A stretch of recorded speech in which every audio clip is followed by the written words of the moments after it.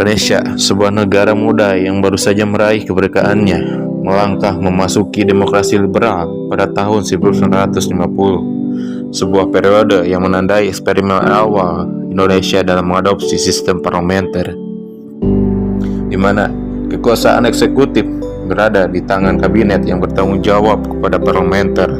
Namun, masa ini juga dipenuhi dengan dinamika politik, kestabilan, dan berbagai tantangan yang mengabarkan betapa sulitnya membangun demokrasi di negara yang baru merdeka.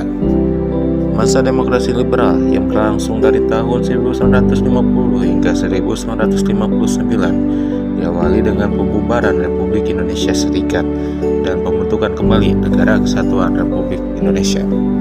Dari Kabinet Natsir hingga Ali Sarromi Jojo I, setiap kabinet berusaha keras untuk menghadapi tantangan dan membangun stabilitas politik dan ekonomi. Di bawah Undang-Undang Dasar Sementara 1950, Indonesia memasuki masa demokrasi liberal. Kabinet pertama pun dibentuk dengan Muhammad Nasir sebagai Perdana Menteri. Mengawali sistem parlementer, mana kabinet bertanggung jawab pada parlemen. Namun sistem ini ternyata membawa tantangan besar bagi stabilitas politik Indonesia. Namun kabinet ini hanya bertahan hingga Maret 1951. Mosi tidak percaya yang dilayangkan oleh parlemen menandai berakhirnya Kabinet Natsir. Pergantian kabinet seperti ini menjadi hal fenomena yang biasa di masa demokrasi liberal, mencerminkan ketidakstabilannya politik akibat sistem multipartai yang terfragmentasi.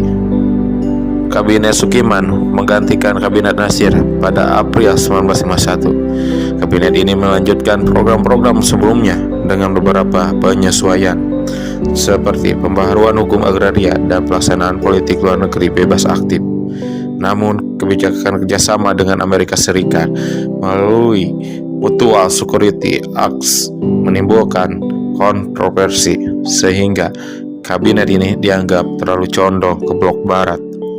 Akibatnya, Sukiman pun jatuh pada April 1952. Selanjutnya, pada masa Kabinet Wilopo dibentuk, kabinet ini memfokuskan programnya pada persiapan pemilu pertama di Indonesia dan upaya penyelesaian masalah ekonomi. Namun, ketidakmampuan mengatasi kerusuhan di daerah menyebabkan kabinet ini pun harus mengundurkan diri pada Juni 1953. Pada Juli 1953, Kabinet Ali Sarromi Jojo mengambil alih kepemimpinan. Kabinet ini mencatatkan sejumlah pencapaian penting, termasuk keberhasilan menyelenggarakan Konferensi Asia Afrika pada tahun 1955 yang mengukuhkan posisi Indonesia di kancah internasional.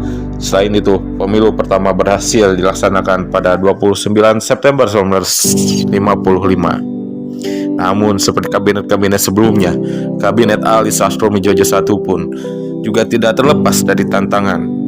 Konflik internal antara partai-partai koalisi, melemahnya kondisi ekonomi, dan isu korupsi membuat kabinet ini kehilangan dukungan dan akhirnya jatuh.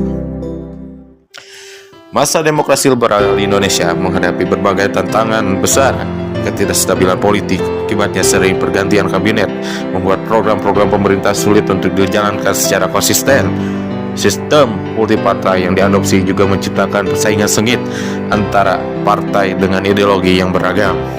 Selain itu, isu separatisme di berbagai wilayah, termasuk perjuangan untuk merebutkan kembali Irian Barat, menjadi beban berat bagi setiap kabinet. Meskipun diplomasi dan upaya politik terus dilakukan, penyelesaian konflik ini baru tercapai pada tahun 1962 melalui perjanjian New York. Masa demokrasi liberal di Indonesia adalah periode yang penuh gejolak, namun juga menjadi pelajaran penting dalam membangun sistem politik yang lebih stabil. Meskipun sistem parlementer tidak bertahan lama, pengalaman dari masa ini membantu membentuk fondasi demokrasi di Indonesia. Dari Kabinet Nasir hingga Ali Safromi Djojo I, perjalanan demokrasi liberal adalah bukti tekad bangsa Indonesia untuk terus beradaptasi dan mencari jalan terbaik bagi kemajuan bersama. Sejarah ini adalah cerminan perjalanan panjang bangsa yang pantang menyerah.